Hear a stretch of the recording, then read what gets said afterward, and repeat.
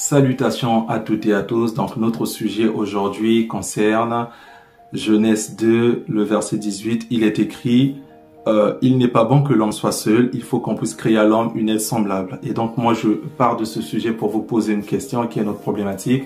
Est-ce que vous pensez que Dieu est misogyne? C'est-à-dire, est-ce que vous pensez que Dieu considère la femme comme étant inférieure à l'homme ou que Dieu est la femme? Voilà, si vous êtes nouveau dans notre chaîne, n'hésitez pas à vous abonner. On va essayer de traiter notre sujet. En fait, vous savez, il y a un courant de féministes qui considèrent que Dieu est misogyne parce qu'en lisant par exemple ce genre de passage comme Genèse 2, le verset 18, elles se disent Dieu réduit tout simplement la femme au rang de servante de l'homme ou d'esclave de l'homme. Alors, est-ce que c'est bien interprété ce passage? Non, ce passage n'est pas interprété de la bonne manière. Pourquoi? Parce qu'en fait, la vraie manière d'interpréter ce passage, c'est de repartir dans les origines hébraïques. En hébreu, qu'est-ce que ce texte dit? Ce texte dit, en fait, que Dieu trouva qu'il n'est pas bon que Adam soit seul, donc on va créer à Adam une aide semblable. Et en fait, ce qu'il faut comprendre, c'est que dans Adam, c'est comme dans Genèse, le chapitre 1, le verset 27, quand Dieu dit, créons l'homme en notre image, et après on dit, il fit l'homme et la femme, c'est-à-dire il fit homme et femme, il fit mâle et femelle. Et en fait, quand on lit bien ce terme, on va comprendre qu'il y a trois mots. Le premier mot, ce texte plutôt, on va comprendre qu'il y a trois mots. Le premier mot, c'est Adam. Adam, en fait, c'est un homme androgyne, c'est-à-dire c'est un homme avec grand H. Homme étant en même temps en lui rassembleur du genre féminin et rassembleur du genre masculin. Porteur du germe masculin, porteur du germe féminin. Et ensuite, il y a un deuxième mot hébreu qui arrive, c'est Zakar. Zakar, en fait, c'est le mot qu'on utilise en français comme étant garçon.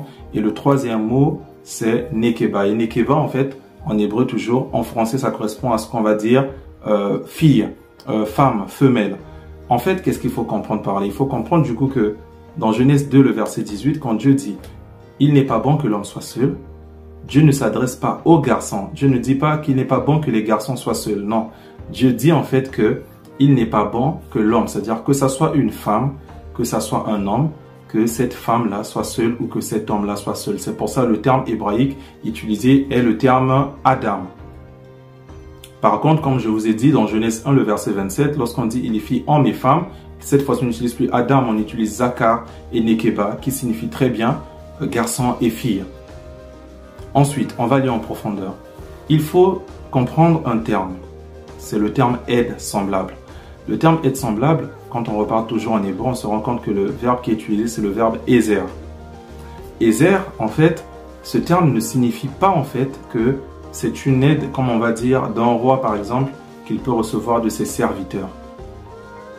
Le français est pauvre malheureusement et le français ne traduit pas toujours correctement les mots grecs ou les mots hébreux dans leur sens profond. C'est ainsi par exemple qu'on a l'exemple populaire de l'amour. Vous savez, on dit j'aime manger, j'aime ma femme, j'aime mon enfant, j'aime travailler, mais on sait très bien que ce n'est pas le même j'aime. Et vous voyez bien que chez les Grecs, ils ont bien différencié ça entre l'amour agapé par exemple, qui est la charité, entre l'amour par exemple de la femme, l'amour par exemple qu'on a envers les objets, ils ont différents termes pour ça. Revenons sur notre sujet, c'est pareil. Le mot ezer utilisé là, c'était le mot aide et ce mot-là est en fait réservé, je vais dire, à l'aide qu'apporte quelqu'un qui est, je vais dire, quasiment égal à nous. C'est par exemple l'aide d'un partenaire, c'est l'aide d'un allié. C'est pour ça en fait quand on le reformule bien ce thème, on comprend en fait qu'il y a une chose, une vérité. La vérité cachée derrière, c'est que en disant qu'il n'est pas bon que l'homme soit seul, il faut qu'on lui crée une aide semblable. Ce passage pouvait être interprété comme ceci. Il n'est pas bon que toi, femme, que tu sois seule. Il te faut un ezer, une aide, un complémentaire. Oui, parce que comme le dit le livre de Siracide, 3 valent mieux que 2, valent mieux que 1. Et donc, en fait, ça, cette compréhension-là, c'est très important et ça répond à notre question. Non, Dieu n'est pas misogyne. C'est vrai que dans les cultures, toutes les cultures du monde, même aujourd'hui, on va retrouver des hommes qui sont violents, déjà même envers d'autres hommes. Et malheureusement, quand ça tombe vis-à-vis des femmes, on va dire qu'il est misogyne, qu'il n'aime pas les femmes. Mais en réalité, parfois, vous allez voir qu'en fait, cet homme a un rapport violent même envers d'autres hommes.